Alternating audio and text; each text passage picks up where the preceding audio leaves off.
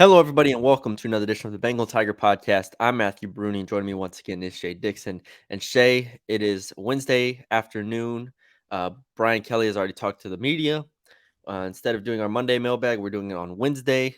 We post on the board, as always, asking for questions. We had a ton of questions. So we'll try to keep to, I guess, like 30 or so. I don't know how many we have here, but some of them are repetitive, so we'll get to them. But how are you doing today? 30 questions or 30 minutes? 30 questions.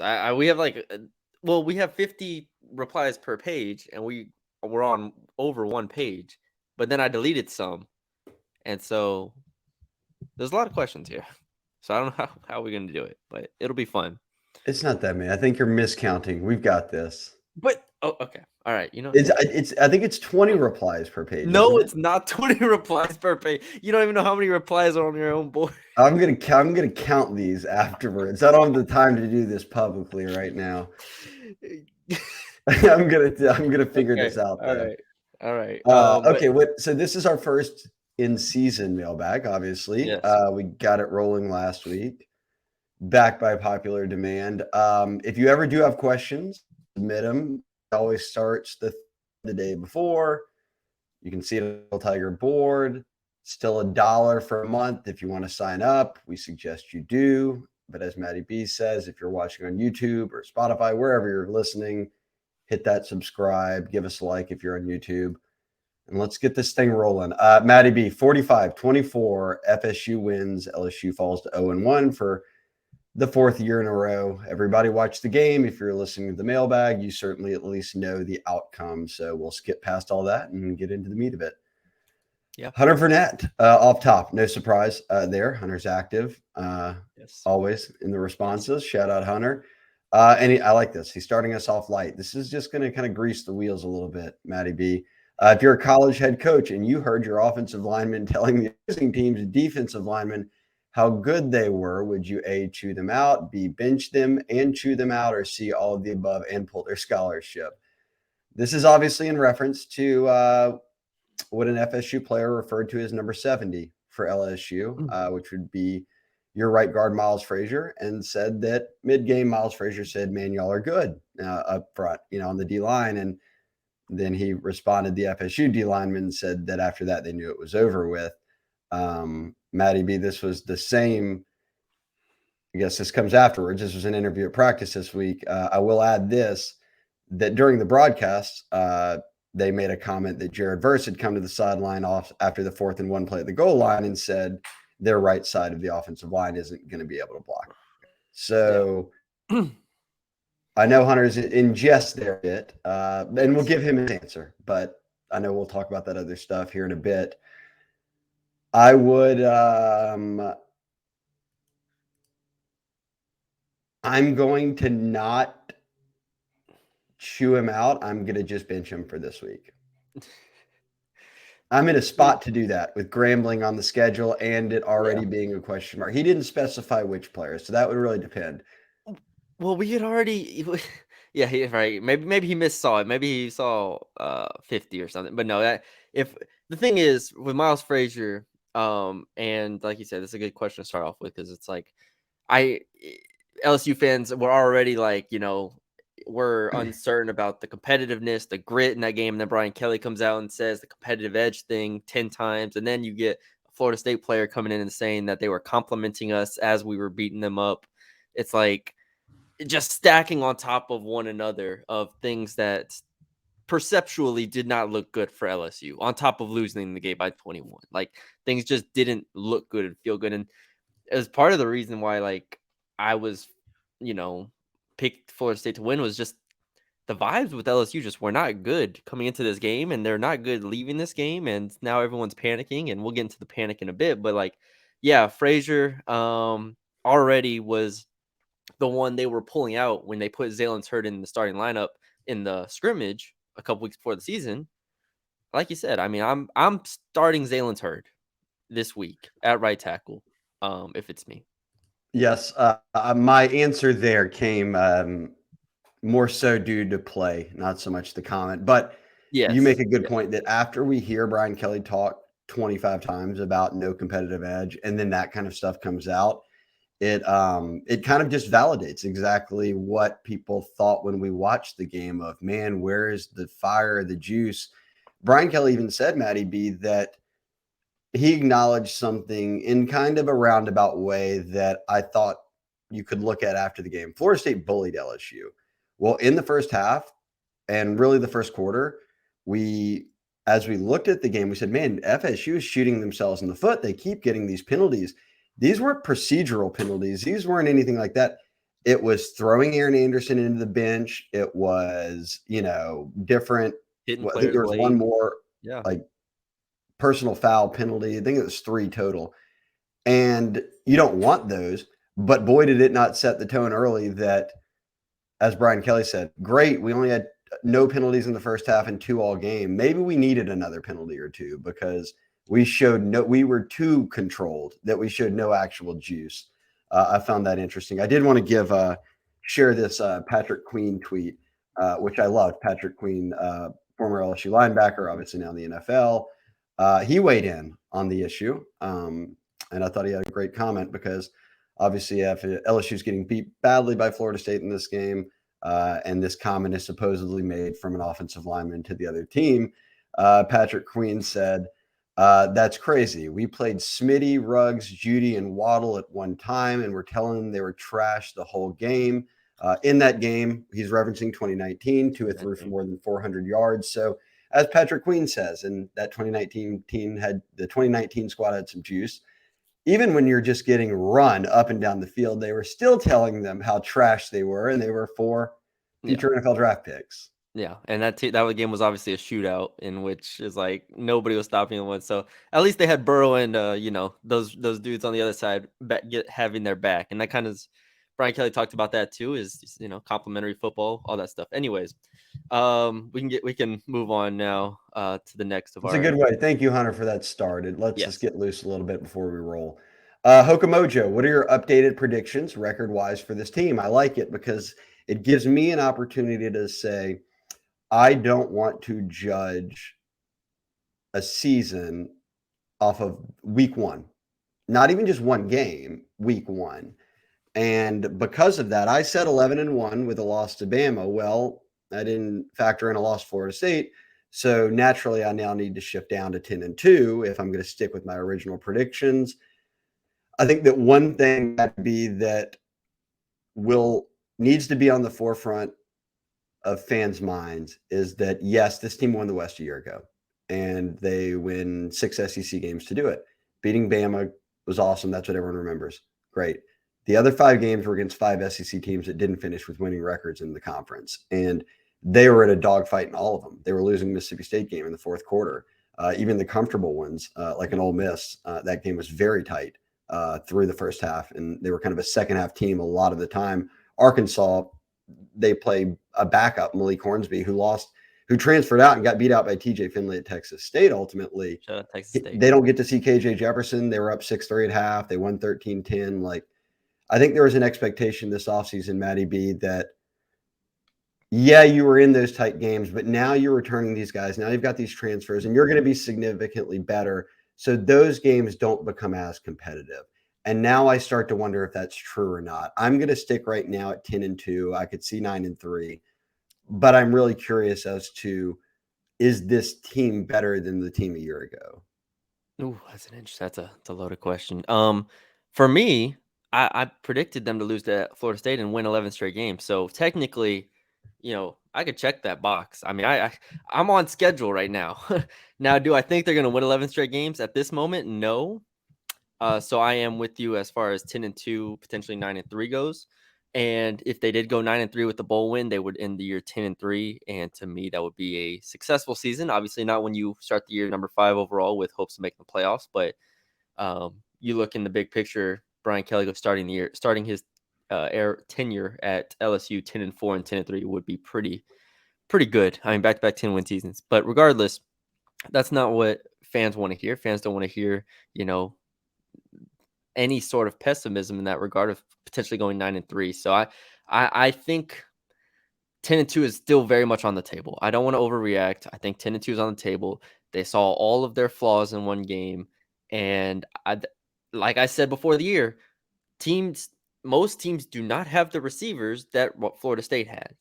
And I think that LSU is going to be able to figure out a way to slow down the passing game against most teams. I mean, you go down the receivers of every other team they play, it's not nearly as dynamic as Florida State, in my opinion. Like, you got Auburn took a bunch of transfers, Ole Miss took a bunch of transfers. Like, Florida doesn't have anybody. Missouri has Luther Burden. So yeah, I'll stick at 10-2 at this moment, but on paper I am 1-0. I think one thing too, before we move on to the next question here, is that people have said this, and I didn't read through the mail. I don't like to read through the mailbag questions first. I like to see it and then have to react in real time for you guys. Also, that would take me more work. But I do agree with Florida State may be the best, if not one of the top 2 or 3 best teams they play this year. I said that before the game. I thought it would be A&M, Bama, and Florida State as the most talented and best teams they played. And sure, I think Jordan Travis played great, out of his mind. Yes, Keon Coleman went wild on him. Those things can be true, but when you say, well, chalk it up to, hey, they may be the best team you play. Well, of course, I've thought that beforehand. I think if you're viewing it through that vacuum or in a vacuum and through that lens, you also then do you say, okay, what satisfaction as a fan do I take out of we're 24 points worse than the best teams we're going to play? Because last year that was the case. Georgia, Tennessee, A&M. I mean, the teams that were more talented than them, they got beat by a lot of points. So I think that's something too that you have to think about of, is it fair to even view this game through any lens other than they got beat and not make it more than that? I get what you're saying. Part of the reason why there has been an uproar over the past 48 hours, or however long we are from the end of the game, is because expectations were so high for this team. And you get people saying, how we didn't know that this was a hole, this was a hole. If you're subscribed to the Bengal Tiger, you should know what the holes were coming into. If you're subscribed to this YouTube channel, you should have known what the holes were going into this game this year. It's like expectations were to win a national championship, and they should be. But this, to me, was never a national championship winning team. And Florida State at this moment very well could, like you said, be a top 3 team in the country. Like, we just saw Clemson get blown out. Like we've seen Ohio State struggle. Like, they're very much in that conversation of most complete team in the country. And because LSU the expectations were so high going in, that's what makes people panic and go into this frenzy. Whereas last year, if they would have lost to Florida State by 3 touchdowns, it would have been like, okay, it's year 1, it happens. But it's a whole different animal this year.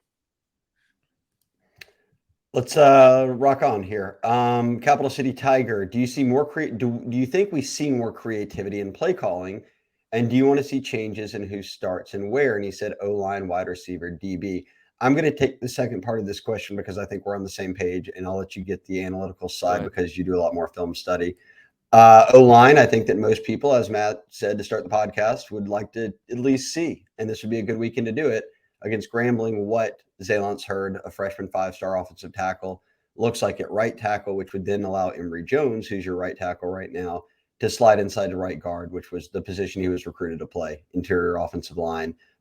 He just stepped up in a big way and started for him as a true freshman at right tackle. But there's been an expected, at some point, to get Hurd on the field in the era of Will Campbell, that you're going to need to slide Emory Jones inside. So when does that happen? We'll see.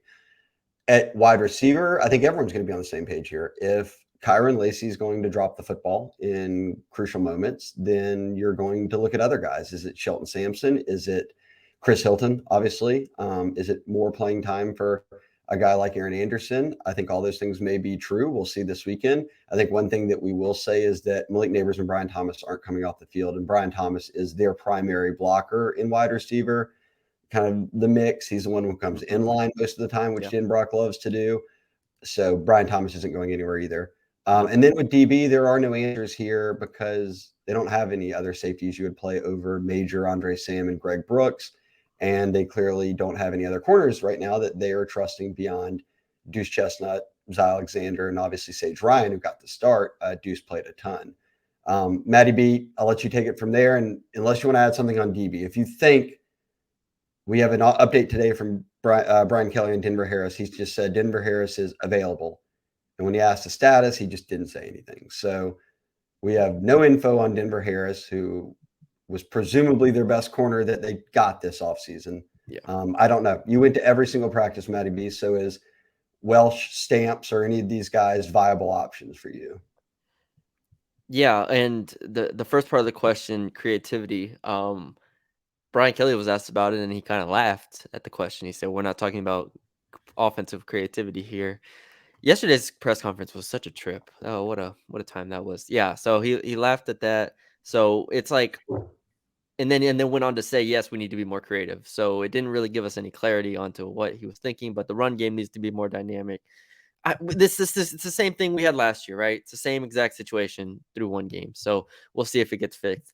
To the Denver Harris part of the equation, because I think you laid out everything else pretty well.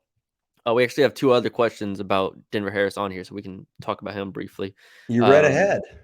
well, yeah, I had to go through and get all these imposters out of here that were all just Arguing. arguing and talking and trolling in here. It was a very messy board. But two more questions in here on Denver Harris. I don't know where the other one went. But yeah, when is it time to let Denver Harris play? Issues throughout fall camp, blah blah blah.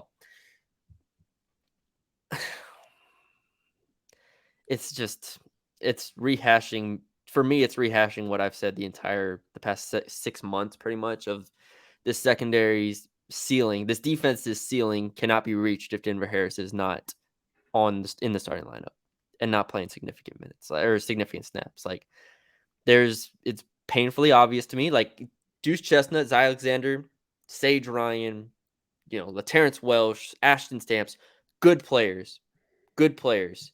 Denver Harris is the difference, and you saw on Sunday what it looks like when you have Keon Coleman, Johnny Wilson going against Deuce Chestnut and Sage Ryan and Zy Alexander, compared to potentially Denver Harris. Now, maybe Denver Harris gets burnt out there. Maybe he blows an assignment. All that stuff is very, very possible. I'm not saying that he is the answer to everything, but as far as reaching your full potential as a defense, you need Mason Smith on the field. You need Denver Harris on the field. Like, that's just pain. It's just obvious to me because that's the only chance you reach that position where you could win 11 straight games and make the playoffs. Because that's really it's that simple to me. I understand benching Denver Harris and making him learn through this, and maybe he hasn't been great in practice, but the talent is the talent. Bottom line. It's a good way to put it. Is that the old they are who we thought they were, but reverse. We are who we thought we were. Yeah, Damon Targaryen and a couple others asked about Denver Harris, so we got that one knocked out. We'll see. Look, he just said available. I don't know what that means. He wasn't even getting third team reps in camp. Sometimes he's just standing there. Yeah, Mason Cox was the other one who asked about Denver Harris. So Okay, shout out to him. cool. Let's scroll back up here. I got ahead of myself. Hold that Tiger asked. Hold that Tiger 23.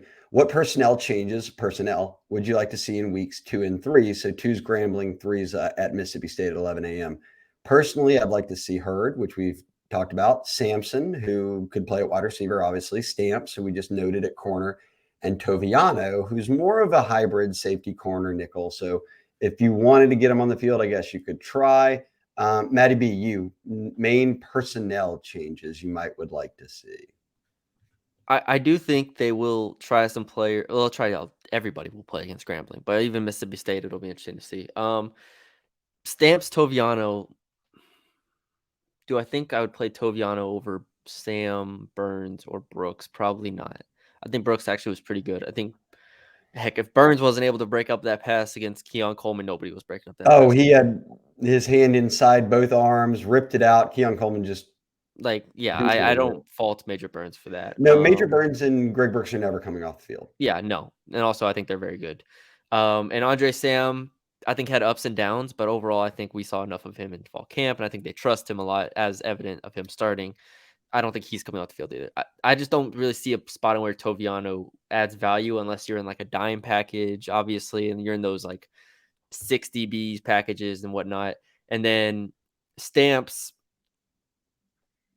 I mean, would Stamps have solved anything on the outside? Like, yeah, you could have tried him, but I don't know if he's better than Deuce or Sage. He might be on their level already, which is a massive accomplishment, but I don't think he would have provided anything that they didn't, in a sense. So all this stuff about bringing people in, like, I'm a basketball guy, so yeah, I love depth. I love rotating guys in, but that's just not really how football works, in a sense of you don't take Greg Brooks off the field to put Javian Toviano on the field for 3 snaps, and just it's not.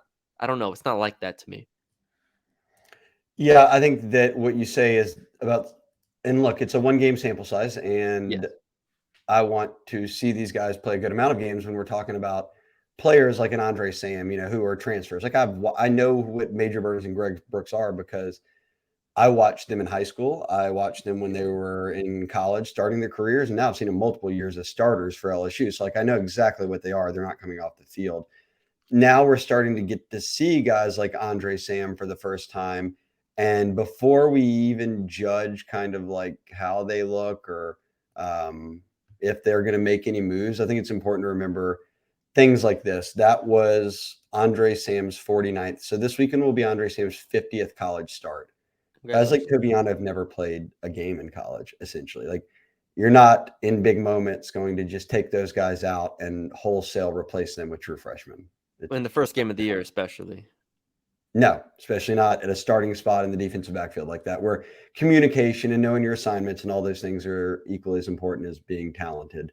But we'll see. I would like to see what these guys look like this weekend. And no Yep. doubt they're very talented. They're eventually going to play, but Yes. the starters are the starters for a reason. I don't think anything's shuffling there immediately with those guys in the defensive backfield at safety. Jungle Fever Tiger. How can the staff put Jaden in the best position to be successful, given he is who he is? And how does House adjust giving these big holes on defense? I guess I'll let you dive into both those. I also think with the first question of Jaden, I think maybe the staff is putting Jaden in the best position for what he is. Yeah. I don't know if that's the argument. I think fans are more frustrated that it's not just a vertical game or an explosive 5 wide and doing it like they did in 2019. And maybe for Jaden, this is the most efficient way to use him, which is letting him RPO run, kind Throw of the yeah, throw the use his ball. legs and then throw a lot of short intermediate stuff that he usually hits pretty well. Like, Yeah, I think that's what they want to do. I agree. I think you laid that out well. I think this is the best position for him to be successful at this level in the SEC. Obviously, you go back to the Arizona State film; it's very different. But hit the freedom he had at Arizona State to just chuck the ball wherever he wanted and kind of just hope and pray it worked out. And you can tell last year he didn't want to do what he did at Arizona State. He wanted to be a part of a team that was winning games and wanted to contribute to winning, and that's why he didn't force the ball downfield. Through one game, he already has 1 interception. I think this is who he is. And as I said on the postgame podcast, like, I think he's a really good quarterback, but ultimately, like, expecting him to take this massive step forward was probably a mistake on my part, and everybody's part as a collective, to be like, this is going to be a brand new player. No, it's not. Now, I think Mike Denbrock, to me, I think could have tried some different things, but I think they were just really they were trying to hang on to a degree, and they were like, we're going to run what we know, we're going to do what we know works. And so yeah, they didn't really try anything new offensively to my eye. I think too, from Brian Kelly chasing points in the first quarter, they knew defensively they probably weren't going to be able to keep pace and it was going to take scoring. So to deviate from what they know and what they want to do and hold on to the football, and they were very methodical last year, like that was, I could understand that being the game plan, at least in that first half at Florida State It before all obviously things unraveled. Yeah, real quick. Um, It all comes back to they needed to, in order to win. Their only chance at winning this game was trying new things, like blitzing Harold Perkins, like doing things that might not work, but you had to like take chances in this game, and they didn't really take those chances. Harold Perkins played zone. Jaden Daniels did what he does. Like, it didn't feel like those chances were taken. Now, obviously, they went for it on 4th down. Credit to Brian Kelly for those, but they didn't work. So you lose the game. yeah, and yeah, it's just about House and the holes in the defense. I think more surprising than anything for me, Matty B, is that last year LSU was not only a second half team defensively, they certainly were a second half team. They would give Yeah. some stuff up in the first half and then clamp down. To give up 14 points in the first half, be winning, and then to give up 31 unanswered was unlike anything we had seen from a Matt House defense a year ago. Like, you can, yes, third down defense was bad all year, all these things, but when it came to just purely viewing a game between a first half and a second half, they were a second half team.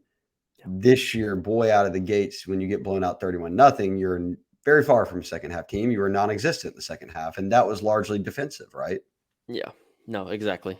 Give up, was it 6 straight touchdowns, 6 straight scores? I don't have anything to add there. The second half, like you said, that was the biggest difference. That was the most jarring thing. They're going to try out Perkins. They're going to try out Mason Smith this week, which gets into Capital City's next question of, does big number 0 play this weekend? Brian Kelly said he'll play around 30 snaps, which is what I would have expected him to play against Florida State. Obviously, maybe not that much if he was actually, since he's actually quite injured, coming off the injury, I guess. But yeah, 30 snaps this weekend, that's fine. I think 20 is probably fine, but 30 snaps, hopefully that'll get him through the first half, maybe first 3 quarters, and then rest him after that. And obviously, Mason Smith's coming off a knee injury that ended his season, kept him out. I don't even know if is it even the knee anymore because he tweaked his ankle in camp. Say it again. Yeah, no, yeah, he tweaked his ankle in camp and he was limping around. Like, the lower body in general is a concern for me Yeah, right now. so I don't think he's still having to recover from the ACL surgery and all that. I think it's No. like getting banged up in camp and tweaking his ankle, and he was kind of hobbling around the sidelines this weekend, obviously in street clothes. Like, so Brian Kelly said that before the FSU game. He was like, even if he could, like, even if the NCAA didn't have him suspended for a game, I'm not sure how much he would be able to play in this one. And then when he was asked about week 2 against Grambling, and I can tell you just from the tone in his voice, he was like, we would be thrilled if we got 30 snaps out of him. So you are thinking now of, okay, Mason Smith, maybe Mississippi State SEC opens and he can play half the game, like, or something like that. So we're not quite there, it seems, of Mason being fully ready to roll, which could be a storyline to keep an eye on. But he will play this weekend.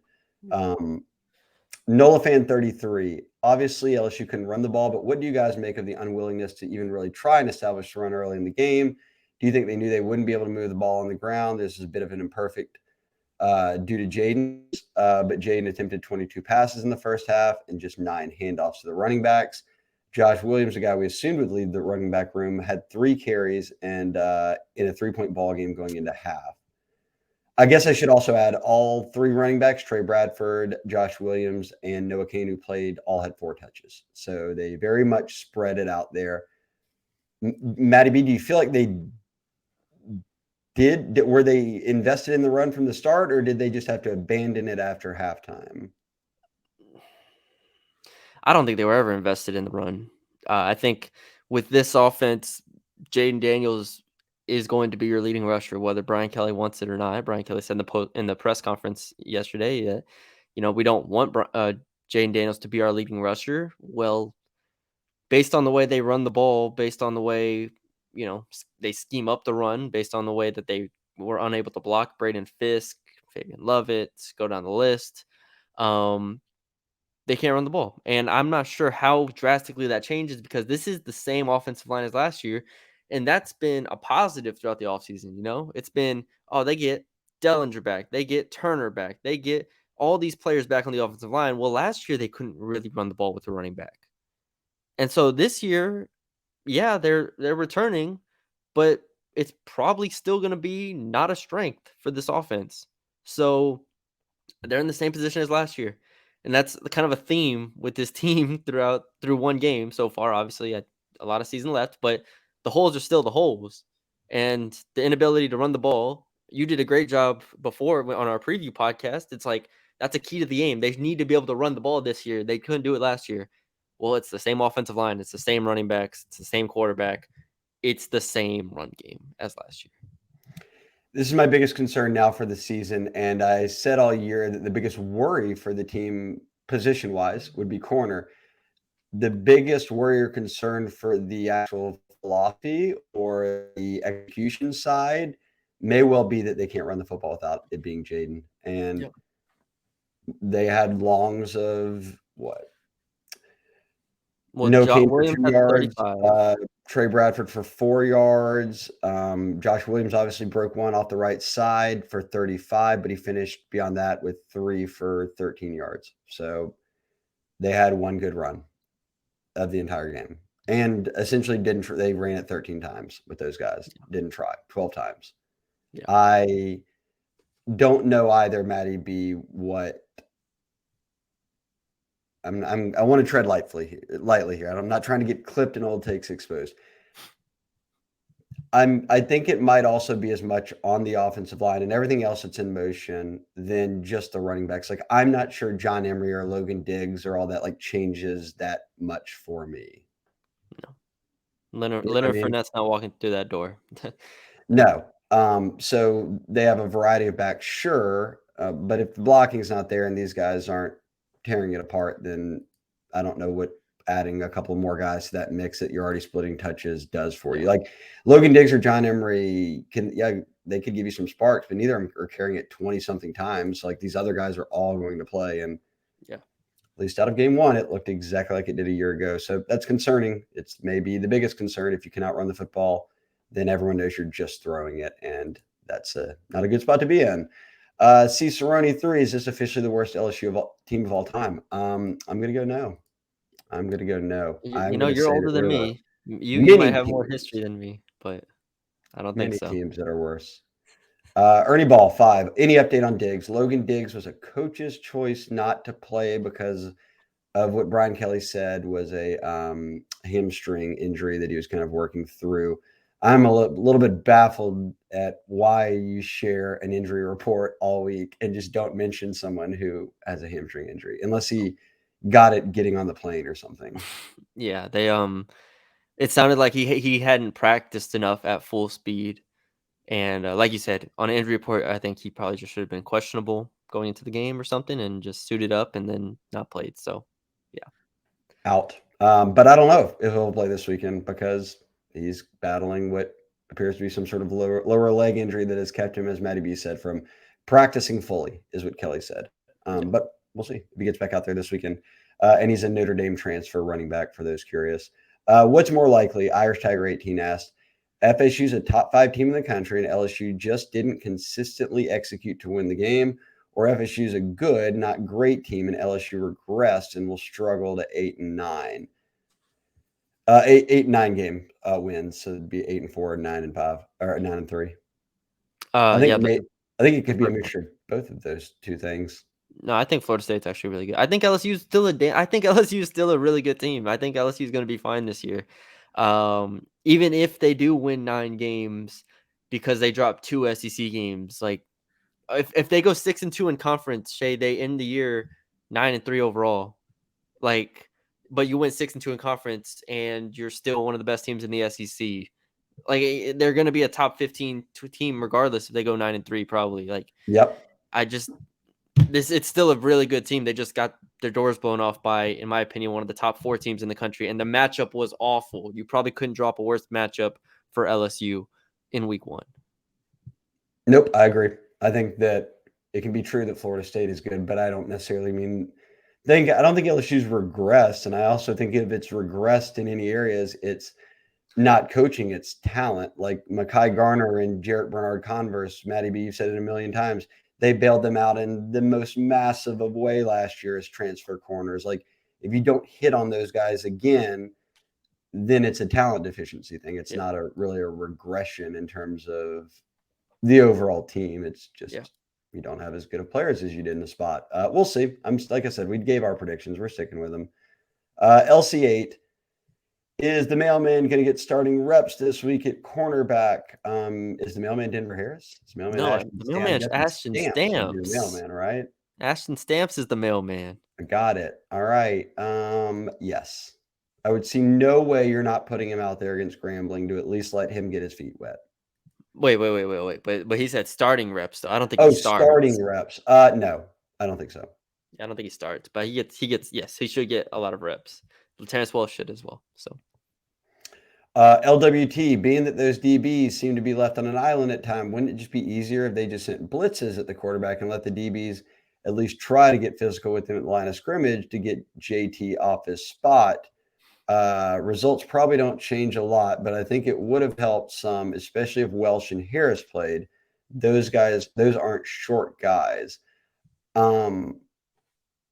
don't know. I think Harris is really talented, so that would have helped.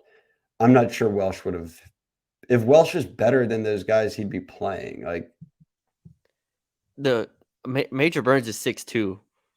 Like what I understand he caught on like Deuce Chestnut got mossed a couple times. Sure, yes. But he did the same thing to Major Burns. This is a guy who has, I think, a 91% catch rate in contested catches. Keon Coleman. He's he's a just jump out of the better. gym basketball player. Yeah, he's just better than anybody LSU has on their defense in their secondary. Flat out better. I just that this matchup to me was always going to be decided in that respect, where Florida State could make explosive plays like that, and LSU could not. That was another jarring thing, along with not being able to run the ball. Where LSU, we've talked about explosive plays so much, like it was so obvious. Whereas, like, all right, Florida State's not moving it like consistently, but then they hit the big play and they score a touchdown.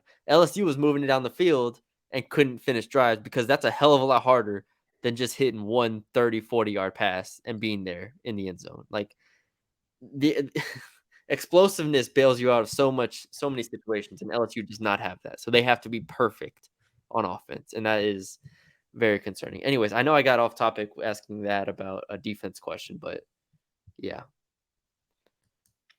All right. Chandler with a 3 instead of an E. He gets very in depth here. I'm going to give you Oh boy. I'm just going to give you guys. He wrote a Well, there's not book. even a question in here. It's I don't see a question he's mark. thinking out loud and Oh wrote an boy. essay, but I've read it now, and I'm going to give you the brief synopsis here, the Cliff's Notes version. Okay. He basically wants to know what's up with Denbrock's offensive philosophy, most notably the run game, which he says are as creative as Pop Warner calls. I'll let you handle that one on thoughts on just the run game philosophy. But he says we have a quarterback bordering on generational for his ability to run, and the best we're doing to get him in space are bone stock read options, the occasional design rollout, and a rare 3-option RPO that gets him out on the edge where he can make a short throw or beat a defender to the edge. Well, they do like that in like that tight end comes across, Yeah, Jaden can exactly. take it, and then either Jaden can run or just dump it really quickly to Mason. And they did it in the FSU game. It picked up a first down on the very first drive of the game. They also got stuffed on the 4th down on that play, but yeah. They did. And on that play, it looked like Emory Jones kind of stepped out and tripped Mason a little bit when he was coming across, and then Yep. that made it hesitant when he was giving it to Josh Williams. And as Brian Kelly said, they just didn't execute very well. But you've watched a lot of LSU's film now from last year. So you know that, and you did it at Cincinnati as well, watching it. Denbrock's philosophy, are you beefing with it right now? Is that an issue for you right now? Or that they just don't execute it? Like if they executed it, it would work. The whole thing was we were last year, I don't think it fit the personnel. This year, it was supposed to fit the personnel more because you added all those tight ends and Connor Gilbreth and Mac Markway and stuff. We didn't even see a ton of 2 tight end stuff. I mean, Gilbreth hardly on the field. Markway, I thought I saw Markway like once or twice or something. I don't remember. I hardly saw him. And yeah, it just didn't. Again, it didn't look like a team that fit what Denbrock was trying to do, and the skill position players obviously dropped passes. Like there's a large amount you can put on the players, but like I said before, it looked like the same offense as last year, and the limitations of last year's offense were the same as the limitations for this year's offense, which isn't surprising when you look at the personnel because it's the same personnel, but the whole offseason has been about being more explosive, finding ways to get players the ball in different areas. And none of that was true. So I do beef with that a little bit. And at the same time, I think the players have plenty of on their shoulders as well. When you can't block a team, it's hard to run an offense. LC8 asked if there's evidence Sage Ryan's ever made a play. A little harsh there, LC8. I'm going to give you the reality of the situation. Sage Ryan right now is the best option they have, and he's going to play. If there were better options, they would be in the game. Sage played last year. Sage is going to play this year. Yeah. just where it's at. And that's a tough matchup for him to come out with, especially he's a natural safety who can play nickel, but now they've got him at corner. They say he can turn and run. They say he's got the speed, all these things. Obviously, just a natural football player, but the corner's a tough spot for a guy like that, in my opinion. Yeah, I don't have anything to add here. Tiger King 53. Can you remember a more embarrassing loss? Troy comes to mind, but getting beat down in prime time with the whole country watching after this team being so hyped up stings quite a bit. Yes, A&M last year would be more embarrassing. You got Oh, run by a team oh, that, while talented, had a losing record and was barely did not oh beat my Appalachian God. State and was barely beating other very, very bad teams. The year prior, Kansas State would be worse. You were so down as a program that you started a receiver at quarterback, and Kansas State scored at will for about 9 drives in a row. Yeah, I can think of a number of more embarrassing losses than getting beat by a top 5 team when you were winning at halftime. I mean, and then you go to 2020 and 2021, Well, yeah, and you could you probably came list a after you lot of came off a them. 15-0 national championship in 2020. You lost to Mississippi State in the opening week, and Will Missouri. Rogers said about every passing record in the world on you with Mike Leach, RIP. Yeah, I can think of a lot of embarrassing ones. Go. So I mean, yeah, I'm it's football. not sure how embarrassing this loss was. It was just a second half that was like, wait, what? Like 31 And, nothing. and I know for LSU fans, it feels like, oh, the whole world is watching and they're laughing at us and all that stuff. And sure, to a degree, maybe. And they are. Matthew wants And you to know. yeah, like maybe to a degree. I felt like honestly, a large portion of people left that game way more impressed with Florida State than they were down on LSU, That's in my correct. opinion. Like people left that game saying, "Whoa, whoa, whoa! Florida State's doing this to LSU." Like I don't care what LSU team this is. This is a Florida State team that just did that.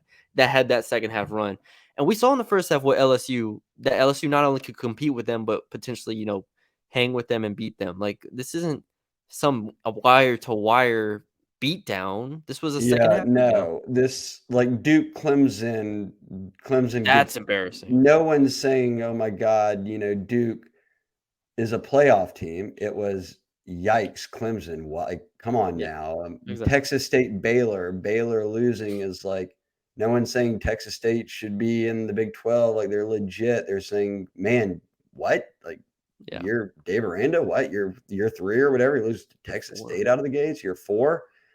No one left that game being like, damn, LSU ain't it. Everyone left it saying, boy, Florida State looks good. Yeah, But in my opinion. Yeah, If you're listening to this podcast, you're an LSU fan, so you don't really care what everybody else thinks. I You know. just I know. Florida. you're Yeah, in it your don't own matter. misery, and I hear you. Grape Swisher, what's worse, our game 1 performance or our fan base? But ding ding, or rim shot. I can't really do one very well, but I don't know. Fans, they're short for fanatics, right? Love Isn't fans. This is the expected response after you lose a game.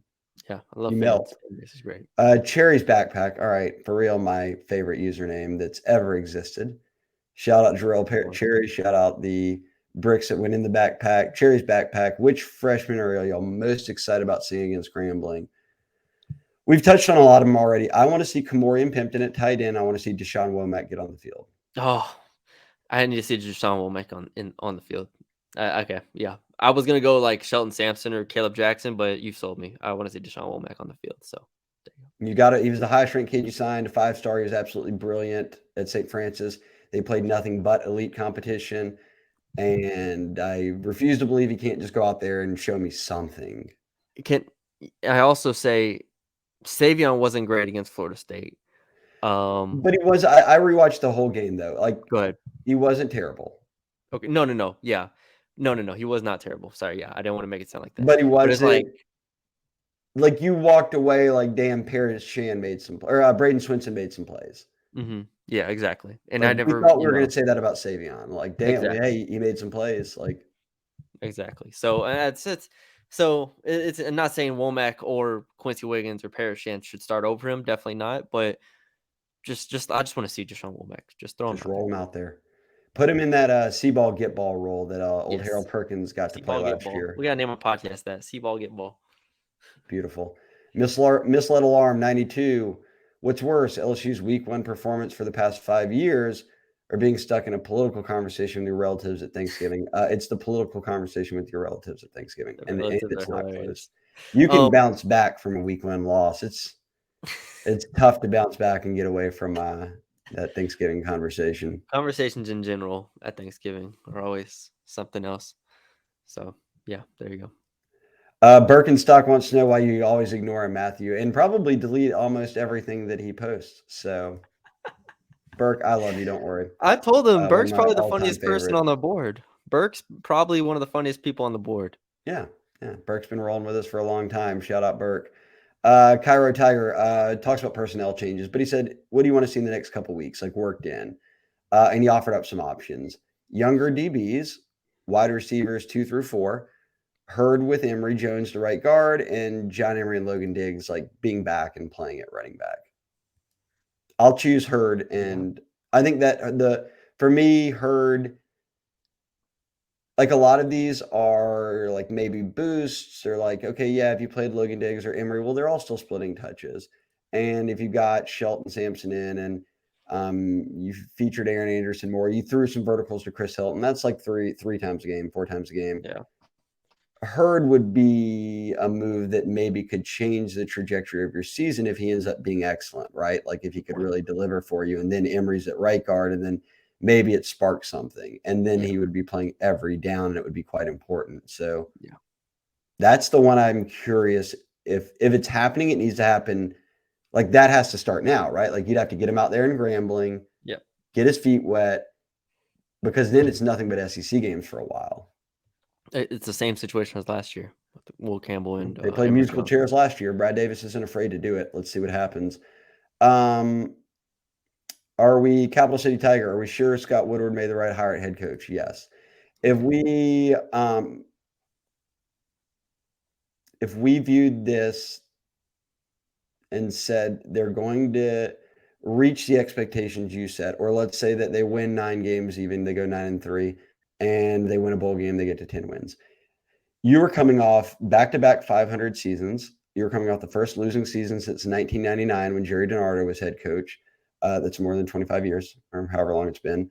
And you made a hire who took over a roster with fewer than 40 players.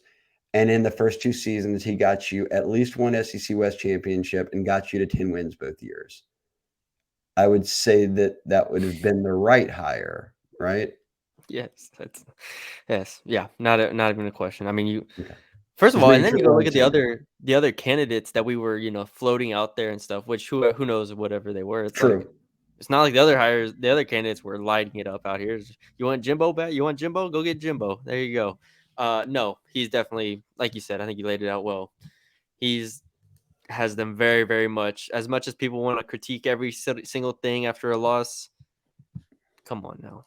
I mean, yeah. Cairo Tiger, how much changed if LSU would have taken points and been up 23-14 at half?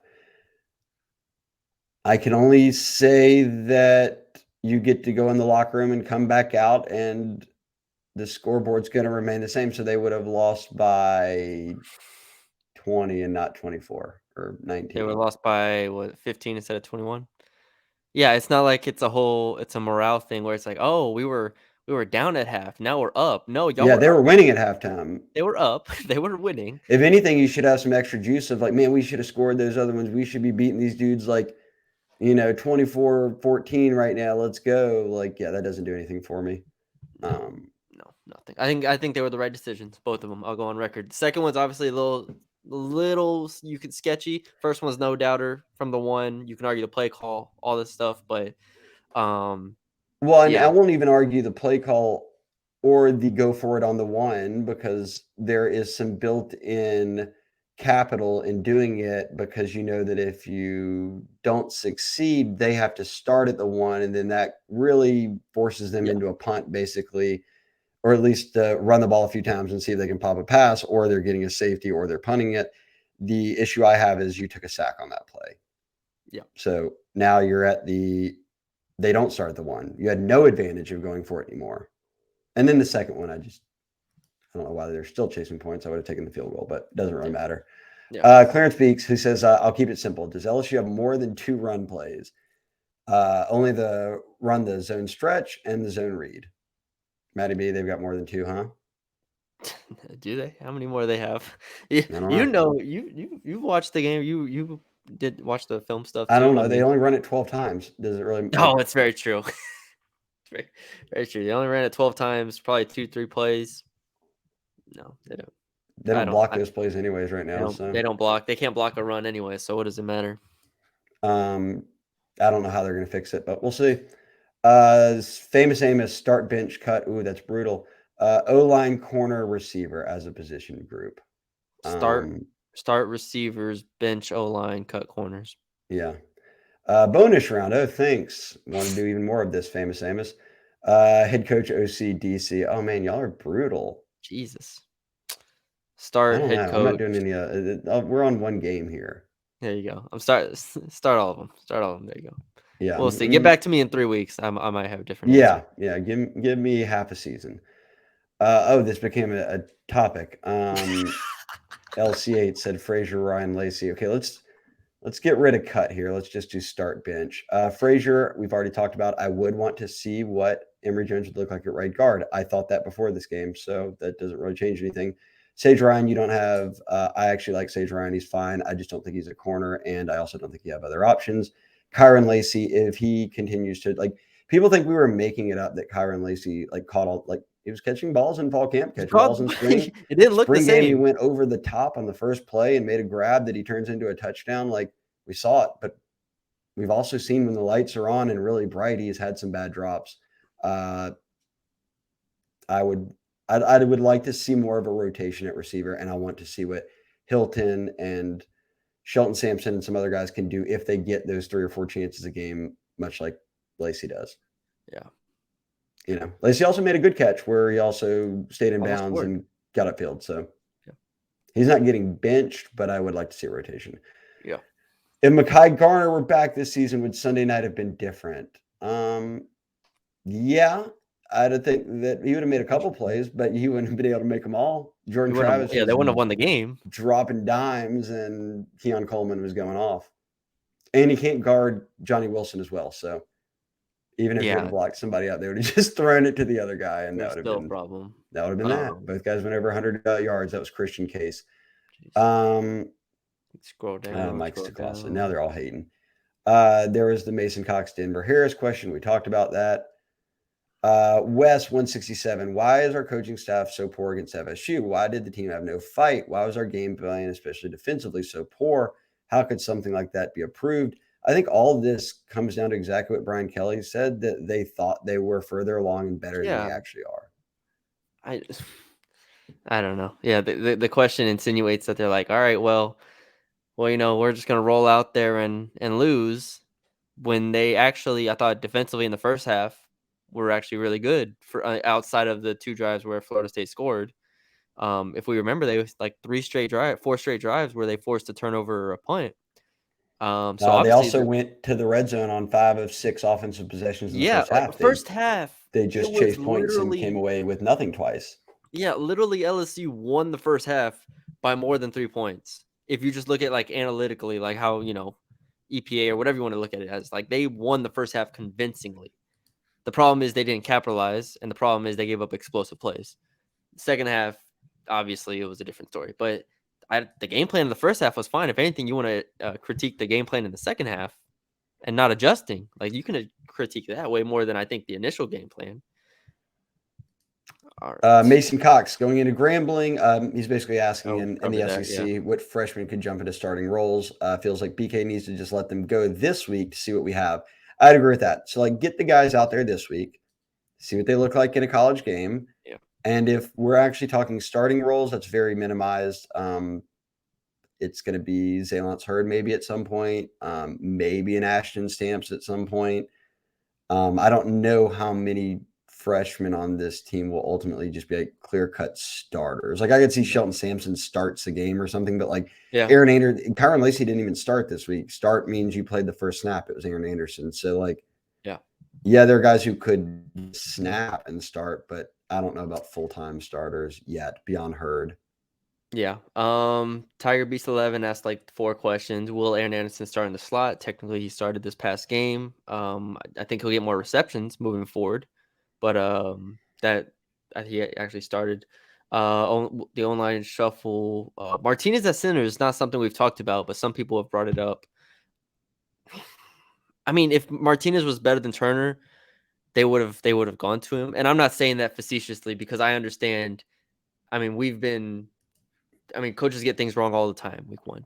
But this isn't just a week 1 thing. They had last year, they had this summer, they had the spring, the fall, and Martinez never once beat out Turner when they were both healthy. And I'll also add something that usually doesn't happen in races like this. Let's say 2 people are battling for one position.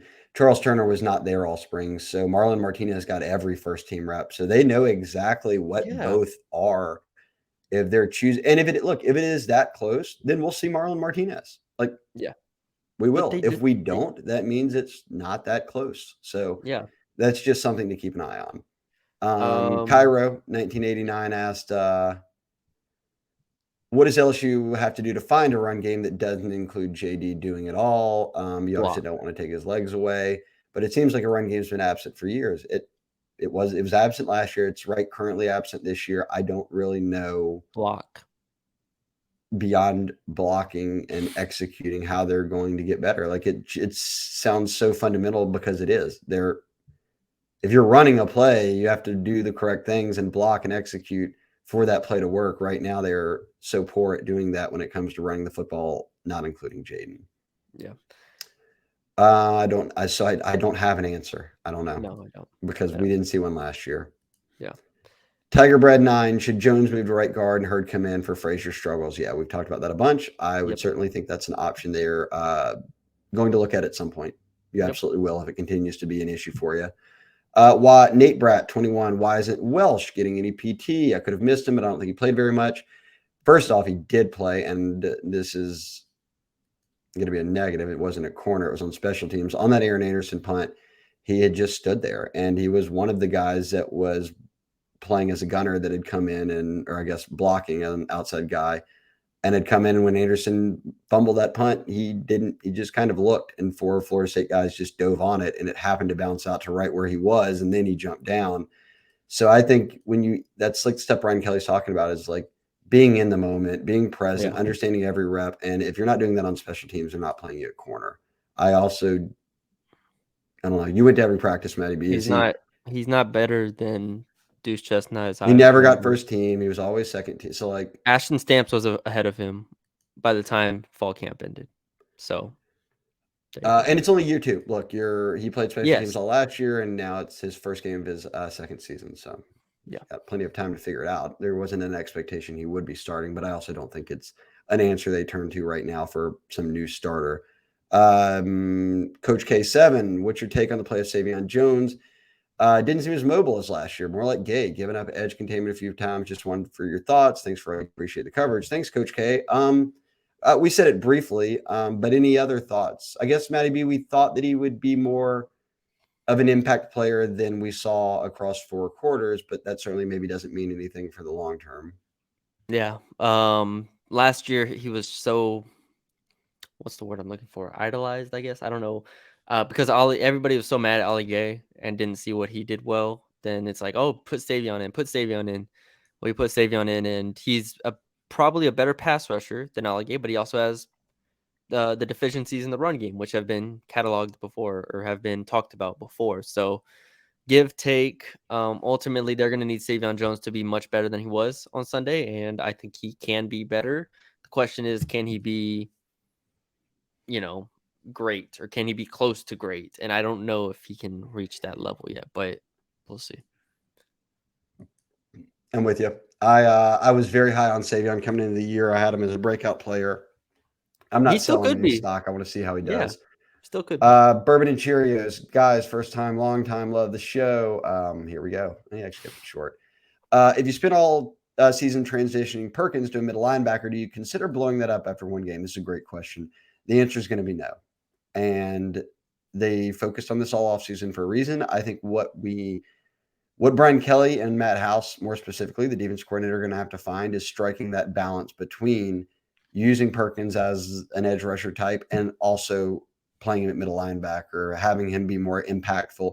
You are not going to want to go through every game, Matty B, with a stat line of no tackles for loss, no sacks. That's an impossible stat line for your best player on defense to have. So I think that we also have to be mindful of there's probably been many conversations with Harold about I want to be developed into a linebacker. I don't want to be just a gadget player. This is what's best for maybe my future, my NFL. And I know people are going to say, well, he plays at LSU right now. Like, why should the coaching staff care about that? Yes, they should be caring about winning. You also don't get to go out there and pimp out all your NFL guys and say you develop these NFL players if you're not actually developing them when they're here and trying to put them on that path. So your thoughts, but no, they're not going to blow it up, but it's got to find some happy medium until he's further along. Yeah, that was the most jarring thing is the whole offseason, they've kind of scoffed. They've kind of laughed at the idea that Harold Perkins isn't going to be attacking. Like the whole time it was like, oh, well, we're going to be bringing him from different spots, so they're not going to be able to block him in the way that they did last year where they're going to be able to load up. Well, they didn't even use him in a blitzing way. What was it, 7 pass rushes? 7 pass rushes to 28 coverage snaps?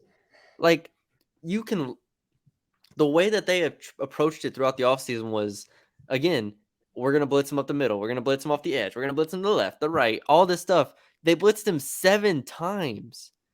Like, if that number isn't closer to 15-15, I will be shocked against Mississippi State. I will be shocked. And Mississippi State is a very different offense than Florida State. They hired the offensive coordinator from Appalachian State who ran more of a zone run scheme. So I don't even know how many opportunities he's going to have as a pass rusher because they're probably going to need him in the run game. So, bright side, I think he's actually not bad inside linebacker despite what, PFF graded and whatnot. But, yeah, they need him to be a pass rusher at least 50% of the time, in my opinion. Oh, here's second final question. You asked what's the most important thing for the Falcons to beat the Patriots. I would say don't blow the lead. Kyle Pitts. Sorry. Is there a first, second, or third round running back on this roster? I would say that if there is, it's Caleb Jackson. Yes. But I think another thing to remember is this is why we equate NFL or recruiting rankings to the NFL draft. That would make you a top 100 player. And then you also factor in that running backs devalued a good bit. If you're not a first rounder, then you're going to be in a split system anyways. So I would say that by definition, I don't think LSU has a top 100 prospect on the team that's in the running back room right now. Bradford was in the hundreds. Oh, Emory was a 5-star. So he would be the only one. And I don't think Emory is going to be in the first 3 rounds. No. Yeah, Caleb Jackson's the only one potentially. So 5 for 5. Oh God, I got body slammed twice on people's actual usernames. Okay, thank you. Shout out 5 for 5. He just said move Jones inside, start Martinez and Hurd. What are your thoughts on these statements of fact? Matty B, you did say, look, maybe Martinez. So that wouldn't surprise me if that was ultimately the starting lineup if they did make Hurd a starter, but that would just mean that the Turner Martinez battle is closer than we think it might be. Yeah. And also because that's the only if Turner's healthy, they've been riding him. No, they've 100%. There's no reason to believe they're going to start Martinez over Turner at this point. No reason. Let's see. We only have someone VR Tiger asked any news on Coach Lindsey. No, we do not have a health update there. We just know he left the hospital and he's been home recovering, and thoughts and prayers obviously with him as he goes through all that. John Jancic is coaching the D-line and Bob Diaco is coaching the Jack linebackers right now. But this looks to be the last one, and it goes to Texan Tiger, and it's kind of philosophy stuff. One, Malik Neighbors, how do you get him in space over the middle instead of everything being a low percentage timing route on the sideline? And how do you get Mason Taylor in the middle of the field as a safety net instead of just dragging across the field on the read option, which, as I noted, that's just a play they really like a lot. Yeah. It would require them to change the style of their pass game. It would require them to have Jaden, I think, make more reads and like different levels, concepts type stuff of like, progress from different spots on the field. Because with Malik on the sideline and kind of having his stuff on comebacks or slants or fades or whatnot, back shoulders goes, it's very much one read for Jaden Daniels, and that makes it easy on him. And I think that that's where they're comfortable. And like I said, against Florida State, they were always going to go back to what they were comfortable doing. And that's one-on-one stuff with Malik Neighbors. And, that's just what they do. That's the passing philosophy with Denbrock and Daniels. And then Mason Taylor, same thing. A lot of out routes, drags, flare type stuff coming across. That's just where they want him to get the ball. I mean, that's the same offense as last year. You can ask me why it's the same offense as last year. It's because it's the same coordinator and the same team. It's the same roster. We see it across college football, Shay, don't we? It's like everybody expects these grand changes from coordinators. Even when you change coordinators, like if the roster's the same, there's only so much you can kind of do. We saw with Clemson, right? You have Garrett Riley now, Cade Klubnik at quarterback, and you still can't really produce offense. So it's hard. It's hard to score. It's hard to create consistent offense in college football. And I don't think LSU has a bad offense by any means right now. It's just not championship level. Well, and I think people need to remember this too. And I don't think everyone thinks like this, obviously. And you can add little wrinkles and you can show more and you can get deeper into your playbook the more experienced you are. But Brian Kelly talked about one of the biggest advantages of this team were not just the players that came back. Look, you've got 5 back on the starting line. You've got your running backs back. You got your starting quarterback. You got Malik back as a starter. Brian Thomas and them have played plenty. So like you had all these veterans, but he spoke more about the continuity of the offense and defensive coordinator, Matty B. And he said because of that, like for instance with Denbrock, the team knows the playbook now. We're not having to teach them from scratch. They can now fine tune things. So like if you're expecting some wholesale change to the offense, that would negate. That's the point. Yeah. Bringing back a coordinator and having the whole team already know what they're supposed to be doing. They're in the stage where it's just quite surprising they're not executing on what should be done. And they executed in the first half. Again, they did. They went 5 of 6 to the red zone. Like they went to the red zone 5 times. They just couldn't score, which speaks to my point of not being explosive. It's hard. It's hard to score in the red zone, but they were really good last year. Scored on 72% of their red zone possessions were touchdowns. Like they were really good last year. But it's hard to be consistent, and that's why I had that Jaden Daniels prop. They're gonna have to run the ball well. They're gonna have to use Daniels' legs and to score touchdowns in the red zone again because it's not easy, but we'll see if they can do it. And that's it. And we made it to the end. And nobody mentioned that Matty B starts 0-1 on his best bet. His over a half a rushing touchdown for Jaden. Oh, so close. 1 yard away. Oh, so close. Oh. I kept yelling, just run QB power, just go, QB sneak it, something. Those are the breaks. RPOs. So all right, Matty B, good stuff. Let the people know where to follow us, and we'll get out of here. Yeah, Bengal Tiger On3 on Twitter. Subscribe to the YouTube channel if you haven't already. If you've made it this far in the video, subscribe it, send it to a friend, do all that stuff. We really appreciate the support. We appreciate all the replies, good or bad. Leave us a like as well. And then if you're listening on the audio side, Spotify, Apple, hope this helped you, get through to a drive to work, a drive home, all that stuff. Leave us a 5-star on there. That would really help us as well. So for Shay Dixon, I'm Matthew Bruni. We'll be back with the preview podcast on Friday, and we will talk to y'all then.